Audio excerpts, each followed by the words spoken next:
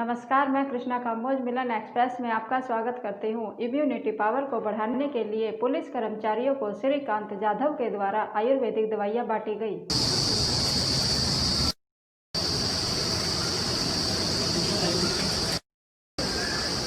तो दे दो कि इसमें आप घर बैठे क्या क्या कर सकते हैं, आप ले सकते, ठीक है दीदी। इनको हाथ उठाओ, कितने पढ़ सकते हैं। हेलो,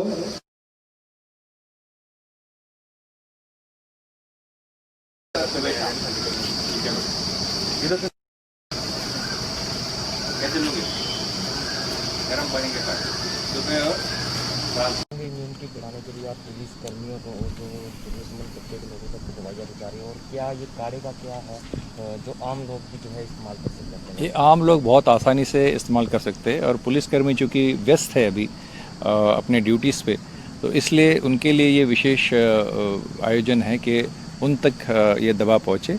ये आयुष प्रमाणित टैबलेट है जो मैं दे रहा हूँ सभी पुलिसकर्मियों को। एक नंबर हमने जारी किया है जिस पे कहीं का भी पुलिसकर्मी यहाँ हमको बता सकता है, और आयुर्वेदिक कंपोजिशन है जिसमें दालचीनी, तुलसी, ऐसी चीज़ें हैं जो सुबह शाम लेने से इम्यूनिटी बूस्ट रहती है, वो हम सबको दे रहे हैं। इसके अलावा जो काढ़ा हमने गुजरात के कुछ डॉक्टर्स ने एक्सपेरिमेंट करके सजेस्ट किया है, वो भी ऐसा काढ़ा है जो हर हिंदुस्तानी अपने घर में ले सकता है। 1 चम्मच नींबू का रस, 2 चम्मच पानी, 1/4 चम्मच हल्दी और चुटकी भर काली मिर्च और नमक, इसका गरारा करके 30 सेकंड तक वो गले में रख के उसको निगल लेना है, और दिन में कम से कम 2 बार करना है एहतियात के तौर पे। और अगर कोई लक्षण नज़र आता है तो दिन में 4 से 6 बार करने से भी बचाव हो जाता है। इसके अलावा जो टैबलेट्स हैं मल्टीविटामिन या कैल्सीमैक्स या जिंक, इस तरह की टैबलेट जो है वो भी इसमें मददगार साबित होगी इम्यूनिटी बढ़ाने में। बेटाडिन के गागल्स है, वो भी अगर वीक में हम 2-3 बार करते हैं तो इसमें बचाव है। बहुत बेसिक चीज़ है, धूप में बैठना है, विटामिन डी और बाकी मिनरल्स जो है वो हमने लेते रहना है। तो सर ऐसा कैसे लगा कि आपको जो पुलिसकर्मी, हालांकि कोविड-19 में जो है एक योद्धा का रोल निभा रहे हैं, पुलिसकर्मी और जो गरीब तबके के लोग हैं उन तक ये पहुँचाना, कैसे आपको लगा कि इन तक ये पहुँचाना बहुत ज़रूरी है? ये वो लोग हैं जो आज सब जगह घूम रहे हैं। जो पुलिसकर्मी हैं वो हर जगह पहुंच रहा है, तो उसको सुरक्षित रखना भी ज़रूरी है, और उसके ज़रिए कुछ आगे ना बढ़े बात ये भी ज़रूरी है। अभी देखा होगा आपने कि कई जगहों पर, कई स्टेट्स में हमारे पुलिसकर्मी हैं वो आगे रहते हैं तो संक्रमित हो रहे हैं, तो उनको बचाना ज़रूरी है। जो जिसने अपनी ज़िंदगी दांव पे लगाई उसको बचाना ज़रूरी है।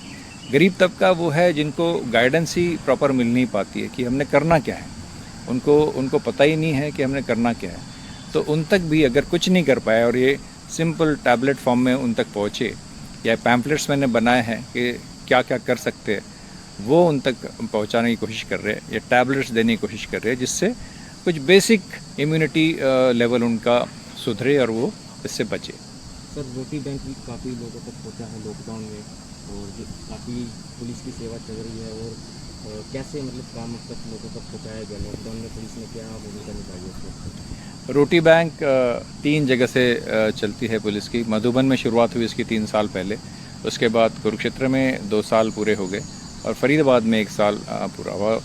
मुझे बहुत खुशी है और अभिमान है कि हमारे पुलिसकर्मी और हमारे पब्लिक के जो साथी इसके साथ जुड़े हैं, ये तीनों जगह से कोविड के दौरान भी, जब सब कुछ बंद था तब भी लगातार रोटी बन रही थी और लोगों तक जा रही थी।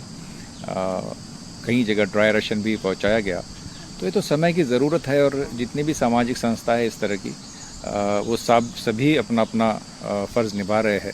तो रोटी बैंक ने भी यही किया। आखिरी सवाल सर, लोगों को क्या कहेंगे तो सबसे ज़्यादा घर बैठे बैठे क्या करें, क्योंकि लॉकडाउन हो चुका है और लोगों की भीड़ भी कई जगह होती है, तो लोगों को क्या रियायतें बरतनी चाहिए? बहुत बेसिक चीज़ें हैं, अनावश्यक कहीं भी ना जाए, और कहीं जाना पड़े तो एहतियात बरते, मास्क कंपलसरीली पहने, अपने हाथों को सैनिटाइज करे, चीज़ों को ना छुए, जो चीज़ें घर में लाते हैं उसको प्रॉपरली सैनिटाइज करके धो के फिर ही इस्तेमाल करें।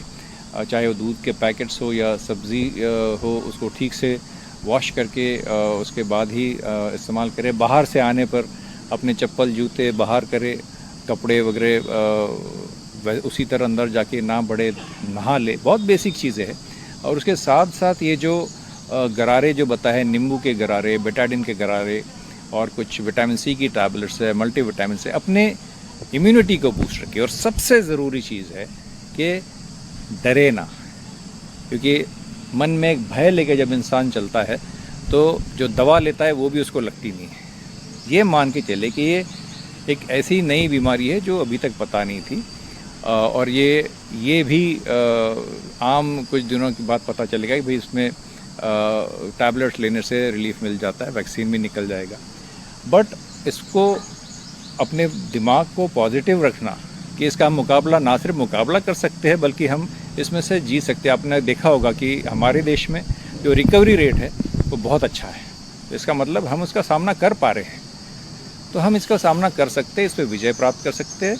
और ये कोई मुश्किल चीज़ नहीं है, बस हमने प्रिकॉशंस लेनी है और अपने शरीर को चुस्त दुरुस्त रखना है। हरियाणा शारीरिक शिक्षक संघर्ष समिति की ओर से अपनी मांगों को लेकर रोष प्रकट किया गया। उन्होंने सरकार से अपील की कि हमारी मांगें जल्दी से जल्दी पूरा करने की कृपा करें। मुर्दाबाद मुर्दाबाद मुर्दाबाद मुर्दाबाद जिंदाबाद जिंदाबाद जिंदाबाद जिंदाबाद जिंदाबाद जिंदाबाद। 1983 पीटीआई की सेवाएं बहाल करो, पीटीआई की सेवाएं बहाल करो, बहाल करो, बहाल करो। 1983 पीटीआई की सेवाएं बहाल करो, बहाल करो, बहाल करो। नारा साहब फरमान मुर्दाबाद मुर्दाबाद मुर्दाबाद। करने के इसलिए बैठे कि 8 अप्रैल को सुप्रीम कोर्ट का न्यायालय का आदेश आया था, जिसके तहत हमारे को हरियाणा सरकार को हरियाणा सरकार को एक नोटिस दिया गया था। कहा गया था कि उनको कि 5 महीने में नई भर्ती करें पीटीआई साथियों की, पीटीआई के लिए। तो इसमें कहीं भी ऐसा जिक्र नहीं था कि हमारे को रिलीव किया जाए। और हरियाणा सरकार ने क्या किया कि 27 मई को हमारे को नोटिफिकेशन निकाल के 1 जून से रिलीव कर दिया। पूरे हरियाणा के अंदर जो हम 1983 पीटीआई है जो 2010 में भर्ती हुए थे, सभी सड़कों पे आ चुके हैं। उनके परिवार समेत 10 दिन से कोई भी किसी भी घर में कोई खाना नहीं बना जी, चूल्हा नहीं जला, सभी भूखे हैं। और रातों की नींद छीन ली है हरियाणा सरकार ने अपनी दमनकारी नीति के कारण। कहीं भी ये कहते हैं कि हमने सुप्रीम कोर्ट के आदेश का पालन किया। सुप्रीम कोर्ट ने कहीं नहीं कहा कि इनको रिलीव करो। उन्होंने सिर्फ ये कहा कि आप सिर्फ 5 महीने में अपनी नई भर्ती करें। और वो भी 5 महीने भी जब शुरू होते हैं जब लॉकडाउन की सीमा समाप्त हो जाती है। लॉकडाउन के चलते 4th लॉकडाउन था, 30 दिन का समय था। 30 दिन के अंदर ही ऐसा क्या आपने गुनाह कर दिया कि सारे के सारे 1983 परिवारों को उन्होंने हरियाणा सरकार ने सड़कों पे ला दिए। 1983 में से करनाल के कितने टीचर हैं जिन्होंने? करनाल के लगभग 75 के करीब सर टीचर है। तो आगे की क्या रणनीति रहेगी आपको अगर सरकार दोबारा जॉब पर लेती है या नहीं? हमारी तो सरकार से अभी तक तो यही प्रार्थना थी कि हमें अपना जॉब पे ले ले तो हमारे धरने प्रदर्शन वापस हो जाएंगे। यही हम सरकार से चाहते हैं और हमारी मांगी। और अगर नहीं जॉब पर लेती तो आगे क्या रणनीति? अगर हमारे को जॉब में नहीं लेती तो पूरा हरियाणा में प्रदर्शन जैसे आज खंड स्तर पे हैं और इसके बाद हमारे जिले स्तर पे होंगे और महारैली भी होगी पूरे हरियाणा में। तो इसका भुगतान और इसकी जिम्मेवारी सिर्फ हरियाणा सरकार की है, सिर्फ हरियाणा सरकार की। हम उसके लिए डंडे खाने के लिए भी तैयार हैं, गोलियां खाने के लिए भी तैयार हैं। जो हमारे स्टेट बॉडी हमारे को निर्देश देगी, जो हमारे को निर्देश मिलेंगे उसका हम पालन करेंगे। आज हमारा सिर्फ ये प्रदर्शन 1 दिन ब्लॉक स्तर पे है। इसके बाद सोमवार को 15 तारीख को ये जिला स्तर पे प्रदर्शन होगा पूरे हरियाणा के अंदर। क्या नाम है आपका? मेरा नाम संदीप राणा है। अपनी मांगों को लेकर आज किया आपने यहाँ? सर, हमने खंड स्तर पर ये धरना प्रदर्शन किया है। हम यही चाहते हैं कि हमारी 1983 पीटीआई की सेवाएं बहाल की जाए अपनी वैधानिक शक्तियों का प्रयोग करते हुए, और हमें जो रिलीव किया गया है हमें वापस अपनी शक्तियाँ यूज़ करके हमें वापस लिया जाए। और सर, हमारे 1983 पीटीआई की जो भर्ती प्रक्रिया थी वो प्रॉपर चैनल से थी। हमारा इसमें कोई फॉल्ट नहीं है। हमारे 1983 में से एक भी कैंडिडेट फॉल्ट ही नहीं आया और फिर भी हमें देखो लॉकडाउन के दौरान सड़कों पे खड़ा कर दिया है। अगर हमें न्याय नहीं मिलता है तो हम धरना प्रदर्शन हमारे जारी रहेंगे। और फिर भी हमें हमारी मांगें नहीं पूरी हुई, हमें नहीं समझा गया, तो फिर हम अपना धर्म परिवर्तन करने के लिए भी हम अच्छी तरह से तैयार हैं। मैडम आप कहाँ पर जॉब करते हैं? करनाल डिस्ट्रिक्ट में? हाँ जी, करनाल डिस्ट्रिक्ट में करते थे। गाँव पड़ता है कलामपुरा। जी, क्या नाम है मैडम? नीलम।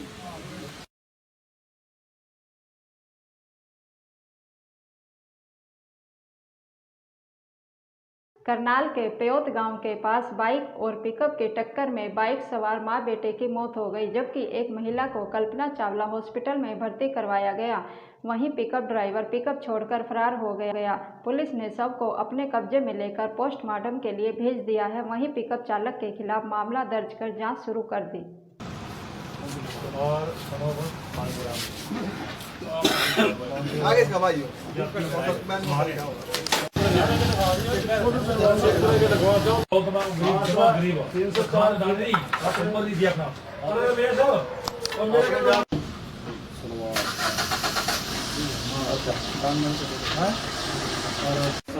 तेरे पास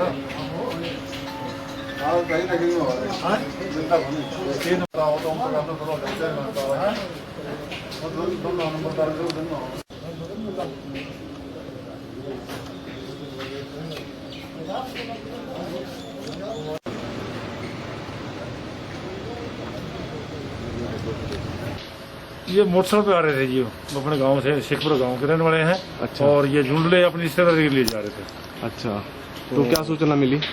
हमारे को तो यहाँ ब्रॉड डेड का रुक्का मिला प्राप्त हुआ। यहाँ आके देखा तो दोनों डेड पाए हैं। तो ये कहाँ से जा रहे थे और कौन थे, क्या नाम कोई पता लगा? ये अभी बयान लिखेंगे, जैसे को मरीजों को बुला रखे हैं। अभी नाम नहीं बताया उन्होंने। जैसे आप आ रहे हैं वारसन उनके आ रहे हैं वैसे कर लेंगे। तो क्या क्या रिश्ते में क्या कौन कौन थे, ये क्या लगते हैं? एक तो उसकी माता और एक उसकी वाइफ है और एक अच्छा, तो बेटा और वाइफ। बाप बेटे की मौत हुई? नहीं, माता की और बेटे की। बेटे की मौत हुई। वाइफ अभी सीरियस हालत में। अच्छा, जो अभी बोल रही। तो क्या कार्रवाई की जा रही? अभी वारसन आ रहे हैं, उनके वारसन बयान जैसे देंगे वैसे कर लेंगे। मामला है, जानकारी क्या मिली है, क्या हादसा हुआ? वही तो पिंडो है जो। तो क्या जानकारी क्या मिली? जानकारी ये पता लगा भी एक्सीडेंट हो गया। कौन कौन थे ये? ये तो एक डकारी देवी थी, उसका लड़का था, एक उनकी बहू थी। अच्छा, रिश्तेदारी मान लग रहे थे। अच्छा, तो उनको तो पता चला जब हम पीछे से आए तो यहाँ के पता चला बेचारे गुजर गए। किस चीज ने टक्कर मारी इनको? पता नहीं है।